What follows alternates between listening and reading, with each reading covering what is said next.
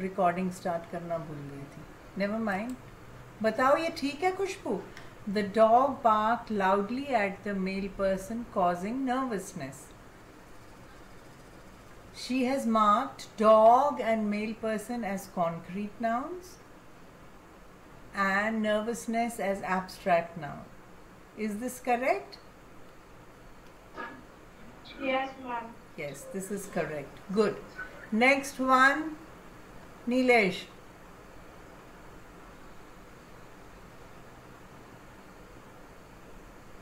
Read the fourth sentence, Nilesh.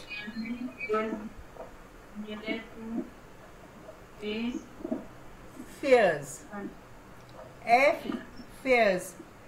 Bravery is needed to face fears. She's marked both bravery and fears as abstract nouns. Is this correct? Yes, it is correct. Be confident. Next one, Anjali.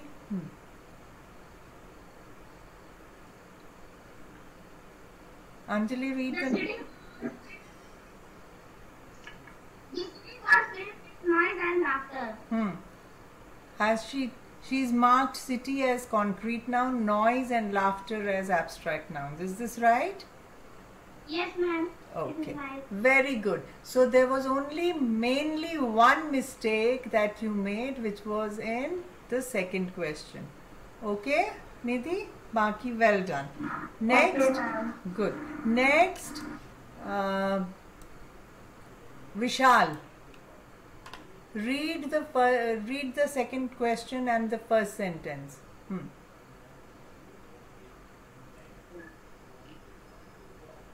Complete the sentences with either an abstract or a Concrete noun. concrete. First, Her dash for art is repairing. is inspiring. Inspiring क्या होता है? प्रोत्साहित करने वाला. Abstract noun आपने यहाँ पे भरना है. इसने क्या बना लिखा है? पढ़ो इसको. क्या लिखा? Is that right? Is that? ये तो concrete noun है. हाँ, तो फिर एब्स्ट्रैक्ट नाउन बताओ क्या होना चाहिए? हर, उसके अंदर कोई क्वालिटी होगी ना. For art is inspiring. Her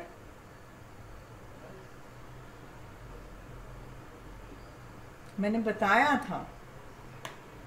okay, if you don't remember, let's go to... Nidhi ने तो गलत ही लिखा है. मुनीश, क्या होना चाहिए? Her dash for art is inspiring. It should be an abstract noun. Her passion, right? So we have to say, आपने person समझ लिया उसको निधि. passion है, PASSION. passion क्या होता है? जनून. उसका आर्ट के लिए जो जनून है वो बहुत इंस्पायरिंग है. इतनी वो उसमें डूब जाती है. passion. Okay? Write this word. It's a new word. You should remember it. You should know it. Okay. चलो next वाला पढ़ो. What is your name? Vishal. Mute everybody else. Vishal, read the second one. Read.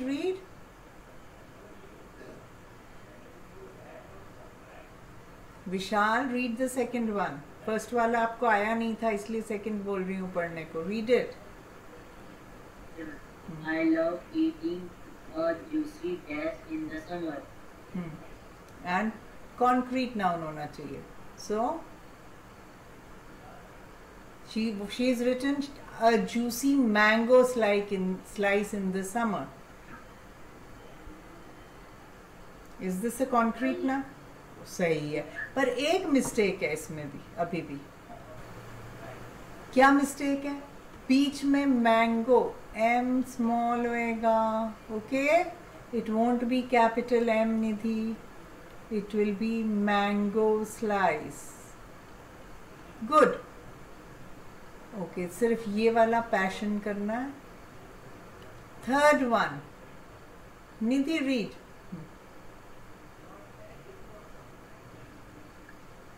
The chill of winter can be harsh, harsh का क्या मतलब होता है? हर्ष नहीं, harsh. Harsh का क्या मतलब होता है? हार्श का क्या मतलब होता है? बहुत दुखदाई, something which can trouble you a lot, make things difficult, so it is harsh.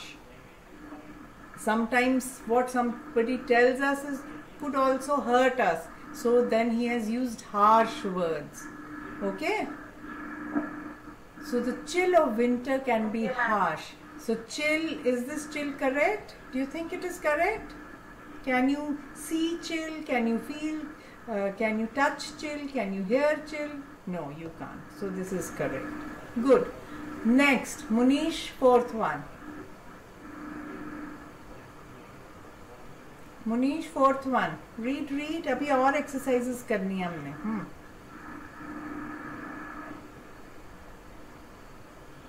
Munish. हाँ, कहाँ चले जाते हो आप लोग? इधर उधर चले जाते हो क्या? काम अभी मत भेजो, अभी बाद में भेजना. ओके, कोई बात नहीं. अगर आपने किया था नहीं भेज पाए थे, never mind. Complete. Okay, read the fourth sentence. beautiful museum. Museum लिखो या पार्क लिखो, कुछ भी सही है. It should just be a concrete noun. Museum is also a concrete noun. Park is also a concrete noun. We visited a beautiful fort last weekend is also a concrete noun. We visited a beautiful lake, that is also a concrete noun. तो कुछ भी लिख सकते हो. It is not necessary जो मैं class में लिखा हूँ वही लिखना. You can write any concrete noun here, but the sentence should make sense. Okay, understood? ठीक है बेटे. So this park is also correct. मगर इसमें एक मिस्टेक है. बताओ क्या है मिस्टेक? बताओ. हाँ, इसमें मिस्टेक क्या है? ये P कैपिटल नहीं होगा. We will be small case. Capitalization rules. Okay, Nidhi? Okay, ma'am. Okay, good. So Munish has sent me some work on WhatsApp just now.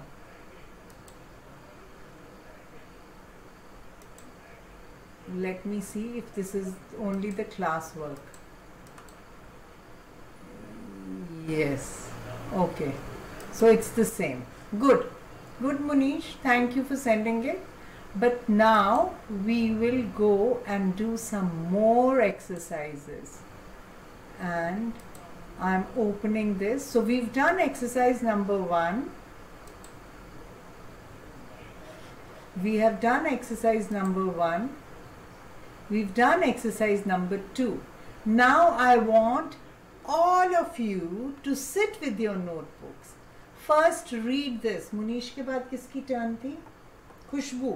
Khushboo, read this. Create your own. Write three sentences using at least one abstract noun and one consonant noun in each sentence. Where in each sentence, अब sentences नहीं है. Each sentence मतलब एक sentence. हर एक sentence में एक concrete noun होना चाहिए और एक abstract noun.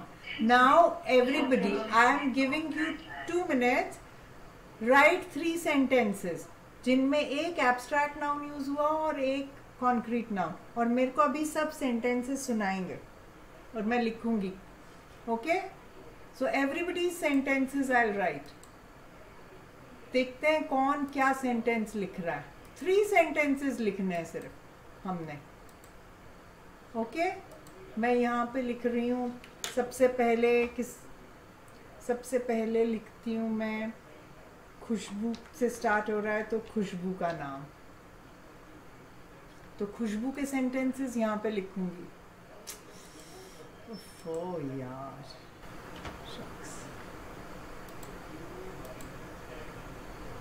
Khushboo.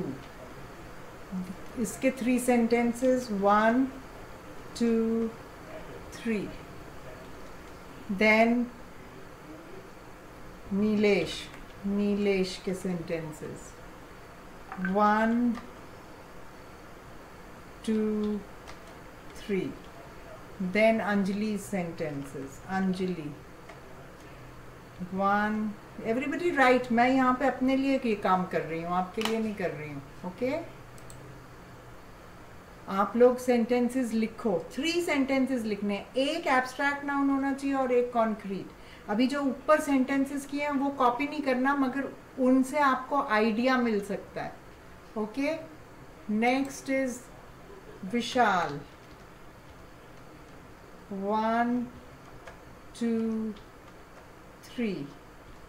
Then is Nidhi. जो भी मेरे को पहले बताना स्टार्ट करेगा सेंटेंसेस, उसके लिखना स्टार्ट करूंगी.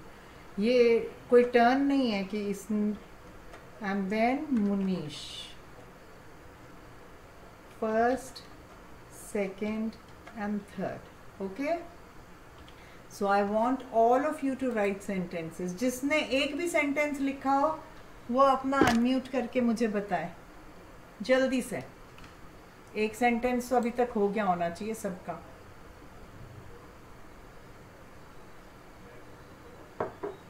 कम ऑन, नहीं तो मेरे को पूछना पड़ेगा एक एक करके. समझ आया? पहले तो ये थम्स अप दो कि डिड यू अंडरस्टैंड क्या करना है आपने. जैसे अगर हाँ ओके निधि का थम्स अप आ गया. व्हाट अबाउट मुनीश, अंजलि, नीलेश, विशाल, खुशबू का भी आ गया. Very good. हाँ अंजलि नीलेश का भी आ गया. व्हाट अबाउट विशाल?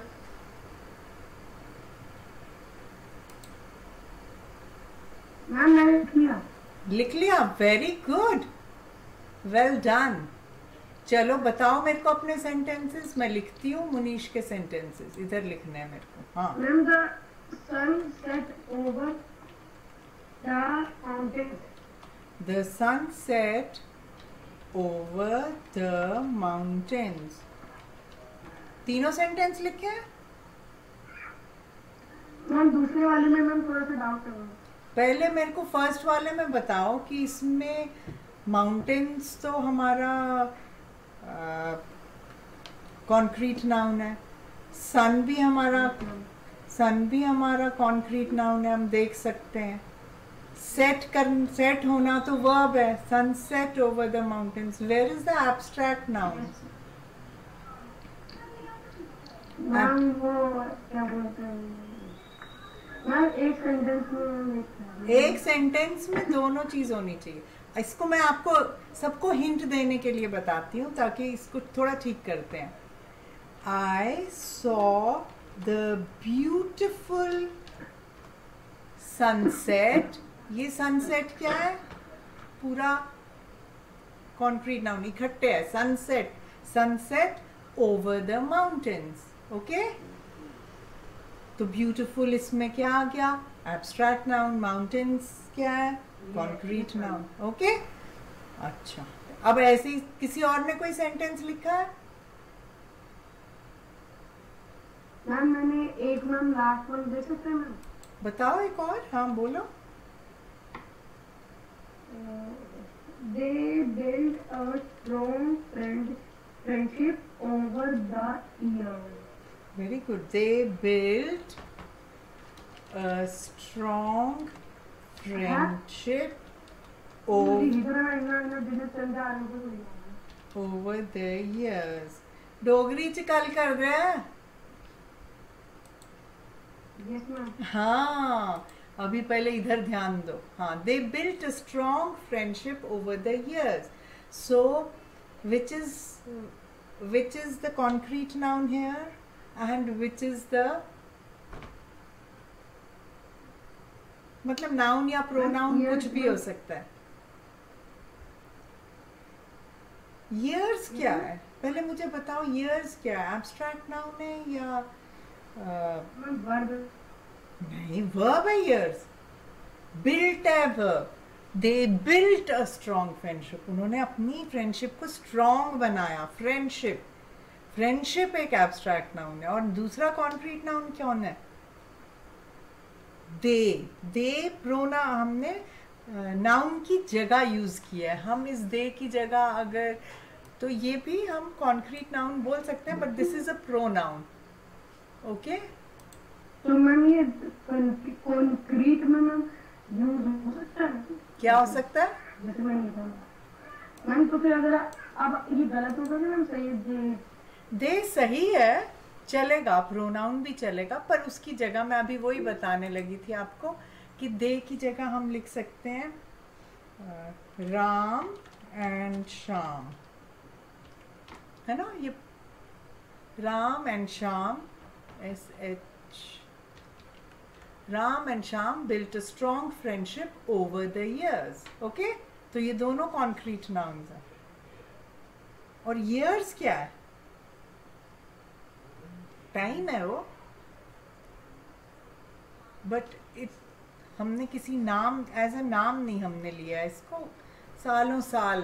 तो Ram and Shyam and friendship, very good. Hello Adarsh, आज आप कैसे भूले भटके आ गए? यस, अंजलि बता रही है या नीलेश बता रहा है? नीलेश। हाँ बोलो बेटे, 1 मिनट रुकना नीलेश। यस मुनीश। हाँ मैम, मैंने एक और बनाया मैम, इसमें मेरे को डाउट नहीं है। कोई बात नहीं, करेक्ट कर लेंगे हम। बताओ। मैम, मैंने बनाया her happiness was very beautiful. Her happiness, या उसकी जगह कोई कॉन्क्रीट नाम ही ले लो किसी का बोलो, कोई भी नाम।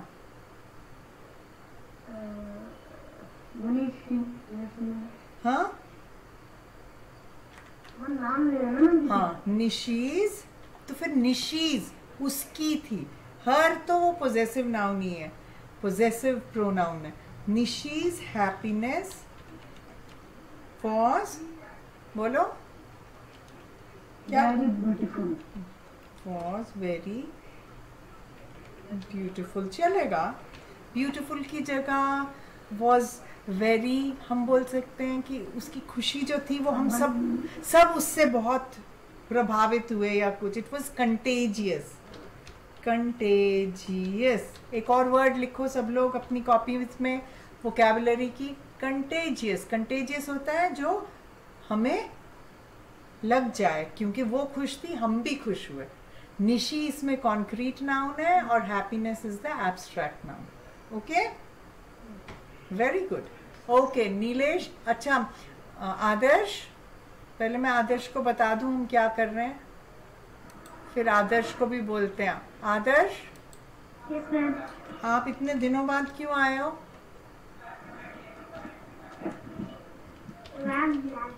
हाँ, काम नहीं भी हुआ हो तब भी क्लास तो अटेंड करो, कुछ तो सीखोगे। अभी आपको मालूम है एब्स्ट्रैक्ट नाउन क्या होते हैं?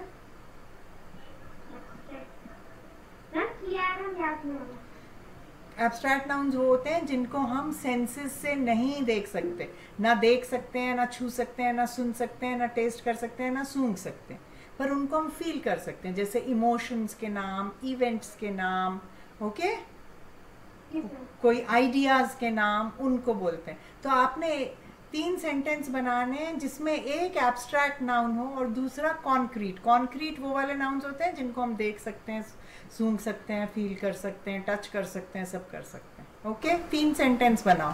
अभी जैसे मुनीश ने बनाया है, ये आपके सामने एग्जाम्पल्स हैं, या अब मैं नीलेश को बोल रही हूँ। नीलेश चलो बताओ बेटे।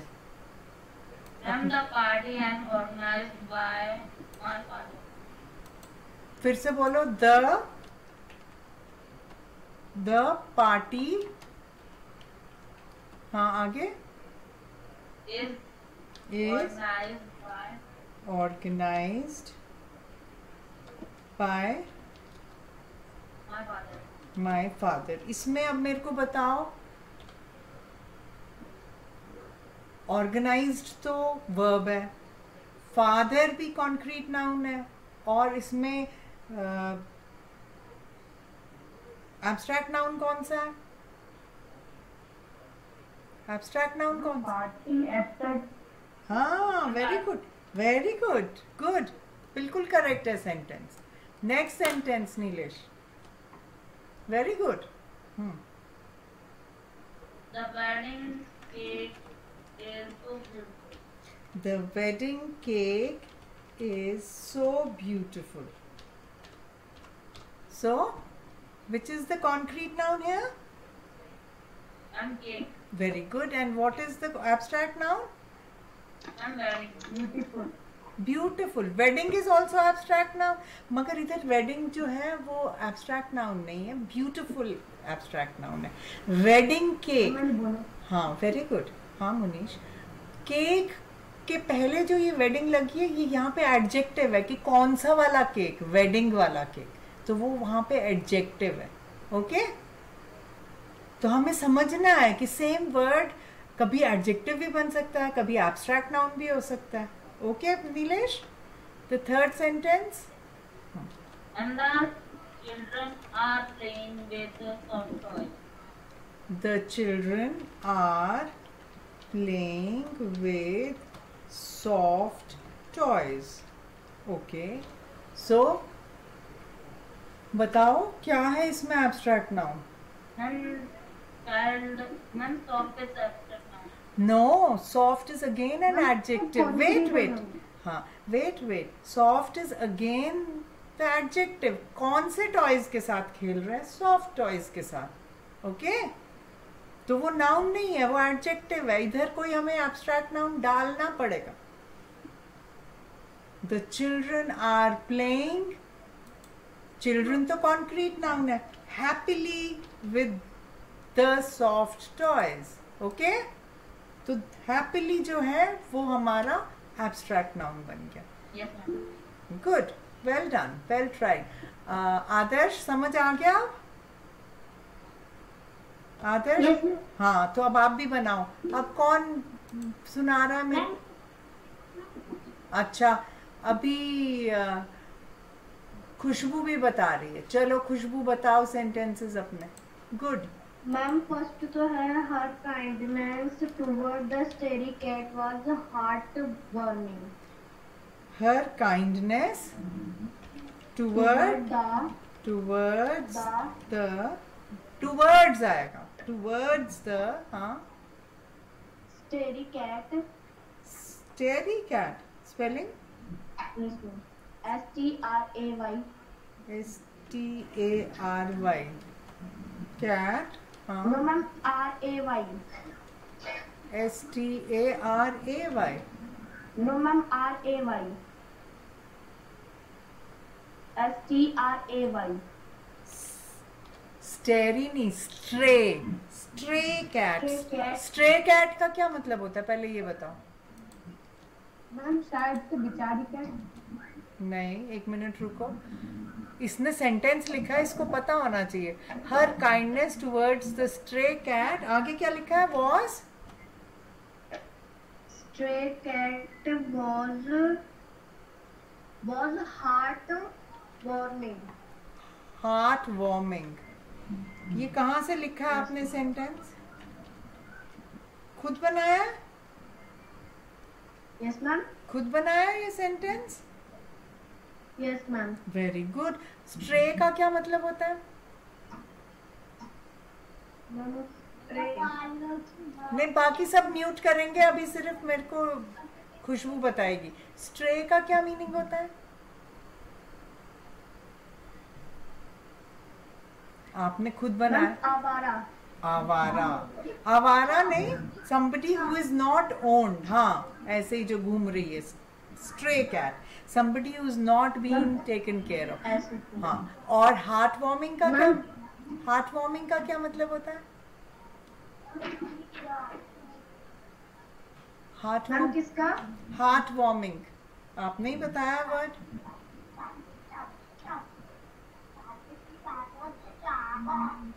मैम दिल को खुशी. हाँ, वेरी गुड. अब इसमें एब्स्ट्रैक्ट नाउन कौन सा है?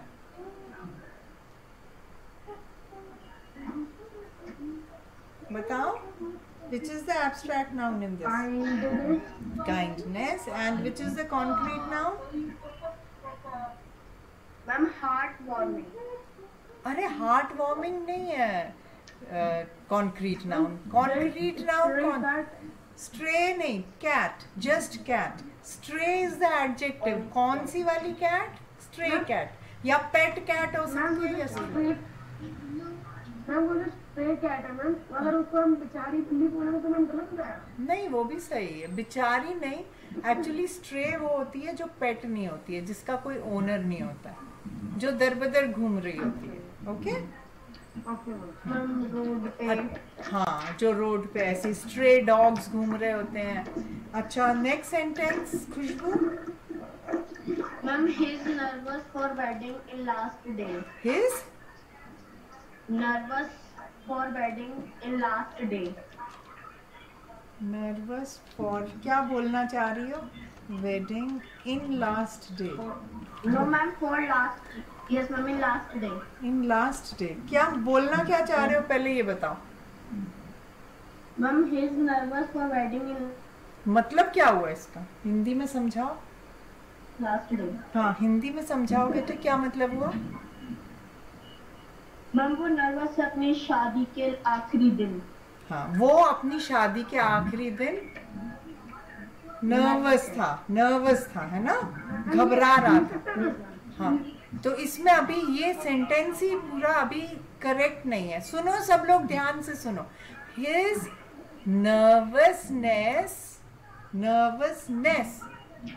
for his wedding was evident, मतलब दिख रही थी, on the last day. Okay, ऐसे होगा सेंटेंस। जब हम डे लगाते हैं तो हमारा प्रेपोजिशन ऑन लगता है। ओके, और हमने क्या बोला, उसकी नर्वसनेस जो थी अपनी शादी के लिए, वो लास्ट डे पे एविडेंट।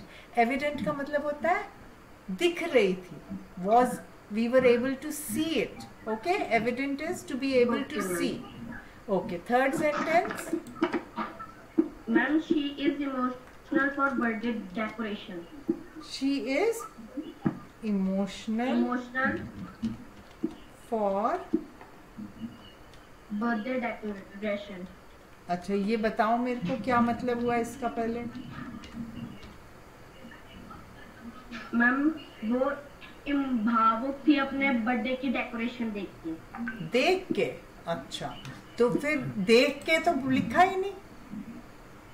शी, वो हो गई थी। She became, ma'am she got emotional. हाँ, शी गॉट या शी बिकेम दोनों चलेगा। Emotional when she saw the birthday decorations. एक ही चीज तो नहीं हुई होगी डेकोरेट, है ना। She became emotional when she saw the birthday decorations. Okay, तो इसमें कौन सा है हमारा वो एब्स्ट्रैक्ट नाउन इमोशनल, और concrete noun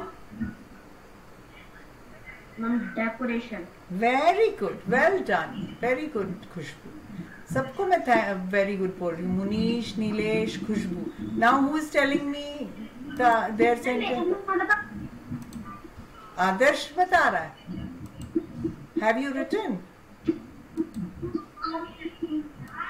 okay, tell me Adarsh, I will write the sentences. So at least one abstract noun and one concrete noun. Yes. Vishal, Nidhi, Anjali, I am waiting for your sentences also. Adarsh, बताओ. हाँ?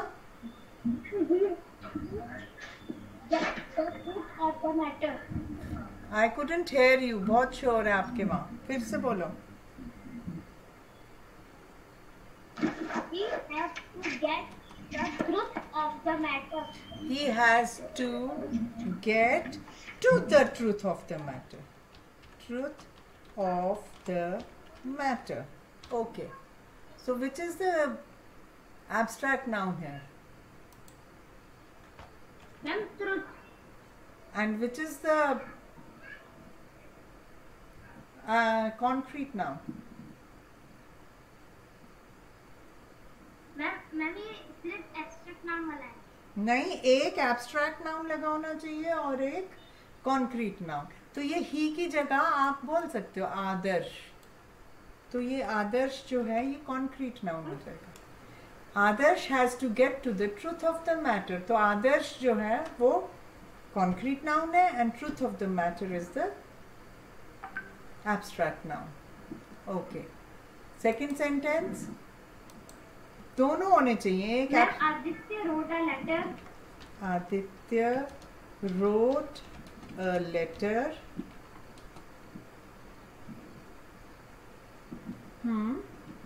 On a piece of paper.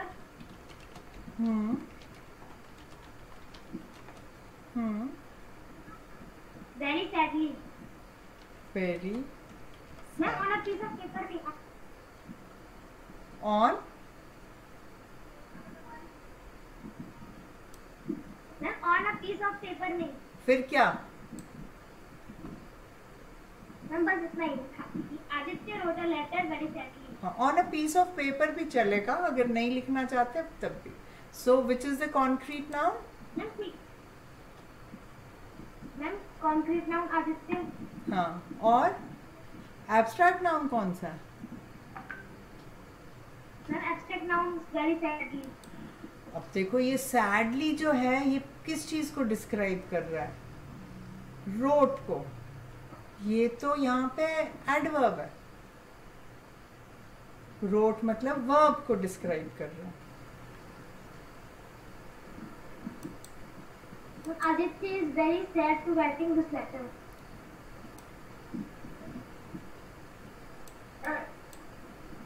To writing नहीं, Aditya is ऐसे नहीं। अब हमने अगर ये लिखना है कि वो सैड था, उसकी उस इमोशन का नाम लिखना है, तो इमोशन क्या है? सैडनेस। तो हम बोल सकते हैं आदित्या's सैडनेस वॉज रिफ्लेक्टेड, मतलब दिख रही थी, in the letter that he wrote. Okay, जो उसने लेटर लिखी उसमें उसकी सैडनेस साफ साफ नजर आ रही थी। तो आदित्य और लेटर कॉन्क्रीट नाउन्स है and sadness is the abstract noun. Okay, जब आपने सैडली बोला था वो एडवर्ब था, that was not an abstract noun there. Okay, third sentence. Ma'am he is not giving me the pencil. सोच के बताओ, ऐसे ही बनाओ मत, अभी पहले बनाओ सेंटेंस फिर। हाँ, he is not giving me the pencil because he was shocked. he is not giving me pencil shock से क्या होगा? me the pencil because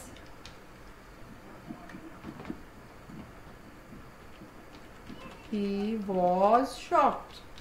okay, अब बताओ इसमें कौन सा है? मैम इसमें एब्स्ट्रैक्ट नाउन है शॉक और वो कॉन्क्रीट नाउन है पेंसिल। शॉक्ड तो वर्ब है इसमें, वो शॉक हो गया, वो तो वर्ब है। ये जरूरी नहीं है, सोच के समझ के बनाने हैं ये sentence. he is not giving me the pencil because he was shocked. तो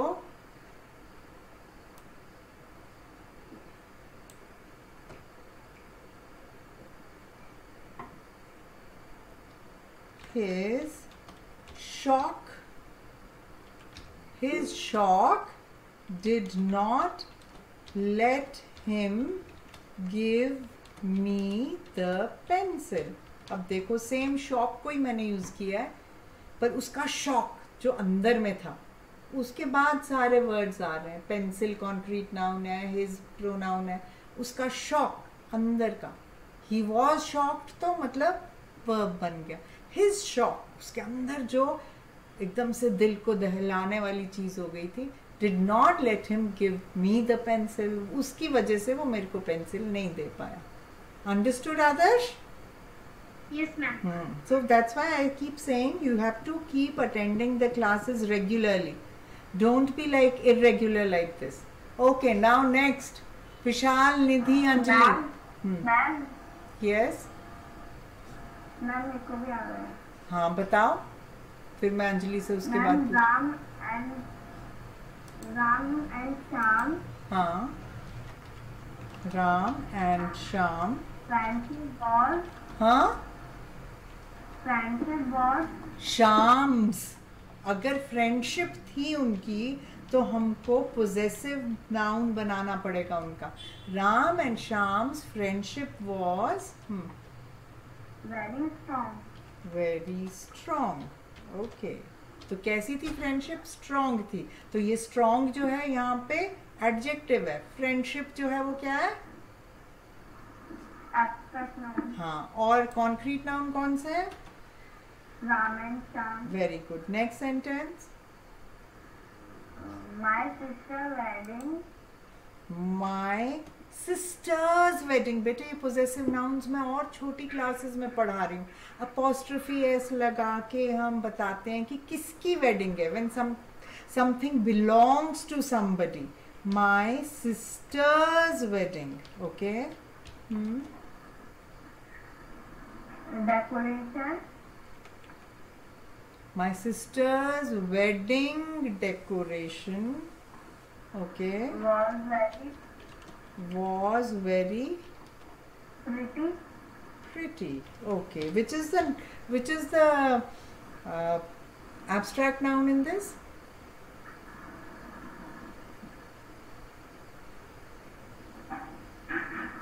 Which is the, आपने क्यों किया? Very pretty. अरे वेरी प्रिटी तो आप डिस्क्राइब कर रहे हो वेडिंग की डेकोरेशन को. वेडिंग की डेकोरेशन भी नाउन है. वो डेकोरेशन जो है वो तो कॉन्क्रीट नाउन ही है. सिस्टर भी कॉन्क्रीट नाउन है. और उसको आपने डिस्क्राइब किया कि वो बहुत सुंदर थी, तो वो तो एडजेक्टिव हो गया. वेरी तो एडजेक्टिव. प्रिटी को भी डिस्क्राइब कर रहा है कि कितनी सुंदर थी. वेरी प्रिटी तो वो एडवर्ब हो गया. ये सब समझो, ये सब चीजें. तो माई सिस्टर्स वेडिंग डे. अब इसमें तो एब्स्ट्रैक्ट नाउन आया ही नहीं. एब्स्ट्रैक्ट नाउन कौन सा है इसमें? बताओ.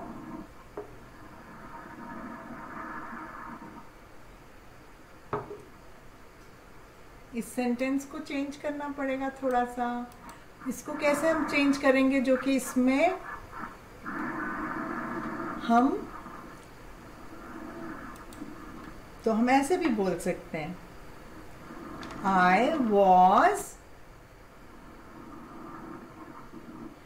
overwhelmed. ये वर्ड भी लिखो.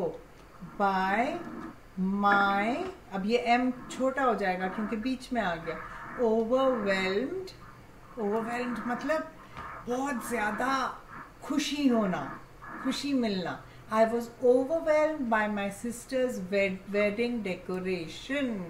और ये डेकोरेशन कैसी? By my sister's pretty wedding decoration. कैसी डेकोरेशन थी? प्रिटी थी. उसको देख के मैं बहुत ही खुश हो गई, बहुत अच्छा लगा मुझे. तो overwhelmed ये एब्स्ट्रैक्ट नाउन हो गया. ओके. Okay ma'am. हाँ, third sentence. Ma'am my mother cook our food. Cook our food या कुक्ड या कुक्स, कुछ तो बोलो. प्रेजेंट सेंटेंस लिख रहे हो या past tense? Cook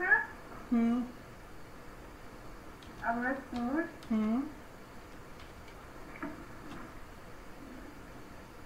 Very happiness. With happiness. My mother cooks बनाती है खाना. With happiness. एंड लव, ऐसे बोल सकते हैं। ओके, तो मदर कॉन्क्रीट नाउन है एंड हैप्पीनेस एंड लव दोनों के दोनों एब्स्ट्रैक्ट नाउन्स हैं। ओके, ओके, तो ये समझ के लिखने हैं sentences. Okay Anjali, your turn. Vishal, be ready, उसके बाद आपकी टर्न है। You are the only one left. फिर अभी एक और क्वेश्चन भी करना है हमने। हाँ Anjali, tell me your sentences. Yes, ma'am. They are enjoying their picnic. हाँ, They are enjoying their picnic party. enjoying their picnic. They are enjoying their picnic. So, which is the abstract noun? It is an event. Which is the event? Picnic. Okay. And which is the abstract noun? Which is the concrete noun? They. They is the pronoun, पर उसकी जगह नाम भी लिख सकते हैं। They, them, the, he, she. These are pronouns which replace nouns. Next sentence. Picnic is an abstract noun. Okay. Next. They both were looking very beautiful in wedding dress. They both were looking very beautiful in their, बोलेंगे in their wedding। अब दो जनों की है तो dresses. Okay, ये छोटी छोटी मिस्टेक्स नहीं करनी है। But which is the abstract noun here? They were looking very beautiful, मतलब वो कैसे लग रहे थे? बहुत सुंदर लग रहे थे। Which means beautiful is an adjective. Very is the adverb. Wedding dresses concrete तो आ गया, दे भी आ गया कॉन्क्रीट में, और वेडिंग ड्रेसेस भी आ गया। पर which is the abstract noun? बताओ। हम ऐसे बोल सकते हैं, their, THEIR, their beauty was enhanced. Beauty इसमें वो आ गया, बाय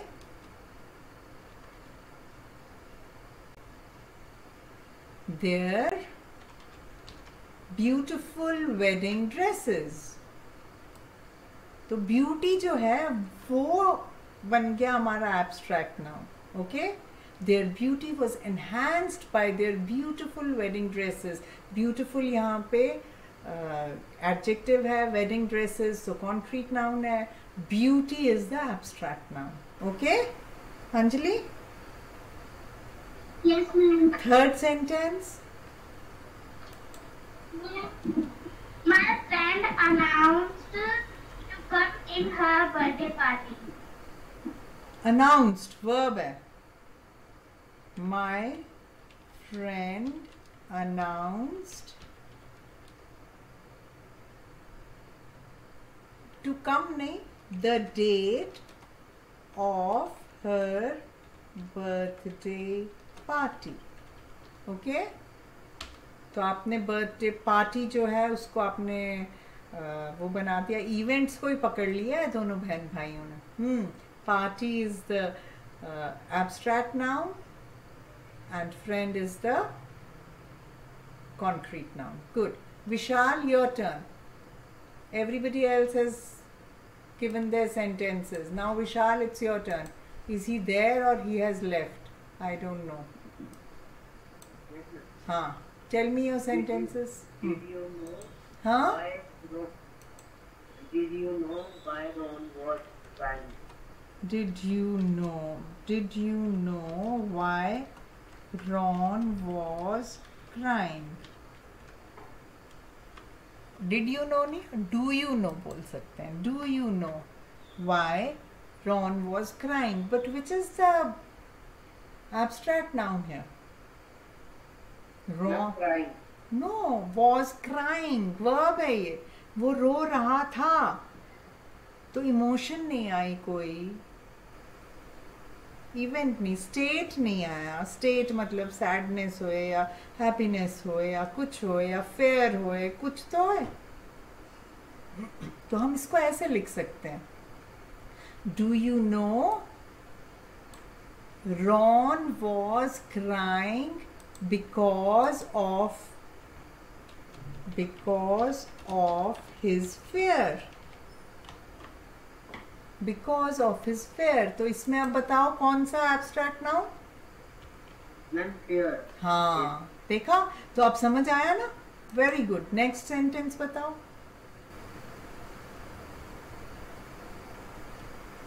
नेक्स्ट सेंटेंस सोच के बताना,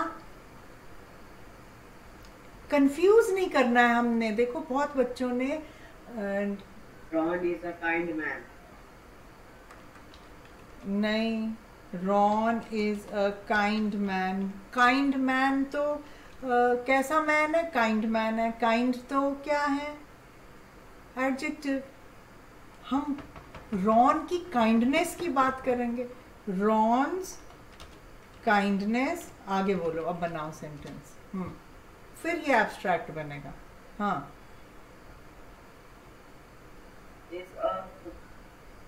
Ron's is a good personality. shows his personality. Is shown in his personality. Is shown in his personality. Okay? Personality भी क्या है? वो भी एक एब्स्ट्रैक्ट नाउन है। ओके? Okay, ma'am. पर्सनालिटी को हम टच नहीं कर सकते हैं। तो काइंडनेस भी एब्स्ट्रैक्ट नाउन है, पर्सनालिटी भी, और रॉन कॉन्क्रीट नाउन है। थर्ड सेंटेंस,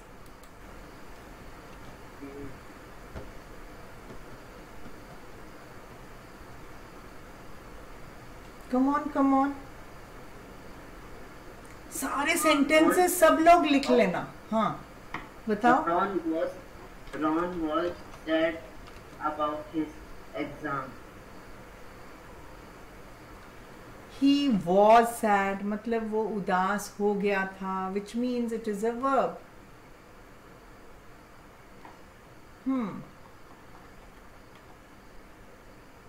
Was नहीं मैम। क्या होएगा? उसकी वो इमोशन बता रहे हो आप, उसकी सैडनेस की बात। Is ma'am, Ron is sad.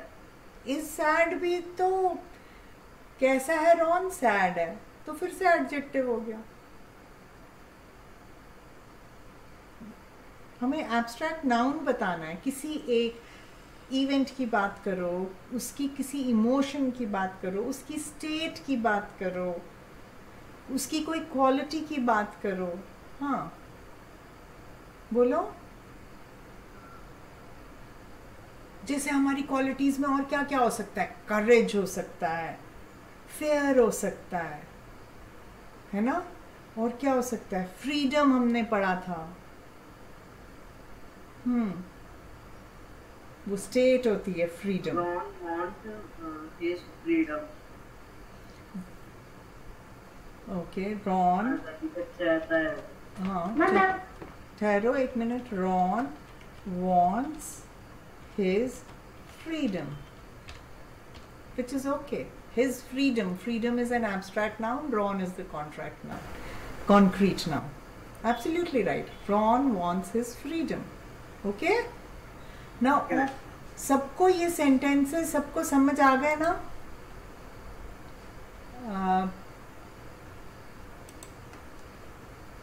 Okay. Now we'll go to the, अब ये सारे के सारे सेंटेंस जो भी जिसने लिखे हैं सब अपनी कॉपी पे लिखेंगे। सबने अपने अपने लिखे हैं, मगर बाकी सबके भी सेंटेंसेस सब लिखेंगे। So it will give you a lot of practice in writing. Okay? So all of you should write. I will attach this in the classroom. Now we'll go to the next question, which is reflection. Now, why do you think it is important to understand the difference between abstract and concrete nouns? Write a few sentences about your thoughts. चलो, किस लिए हमें difference पता होना चाहिए abstract nouns और concrete nouns का? Why do you think it is necessary? Who can answer this question? ऐसे ही पहले बोलो, हिंदी में बोलो, इंग्लिश में बोलो, जिसमें मर्जी बोलो। किस लिए जरूरी है? Because they are fully opposite. Opposite? वो तो सिर्फ ऑपोजिट ऐसे बोल रहे हैं कि हम उनको सेंसेस से फील नहीं कर सकते, but they are still names of things.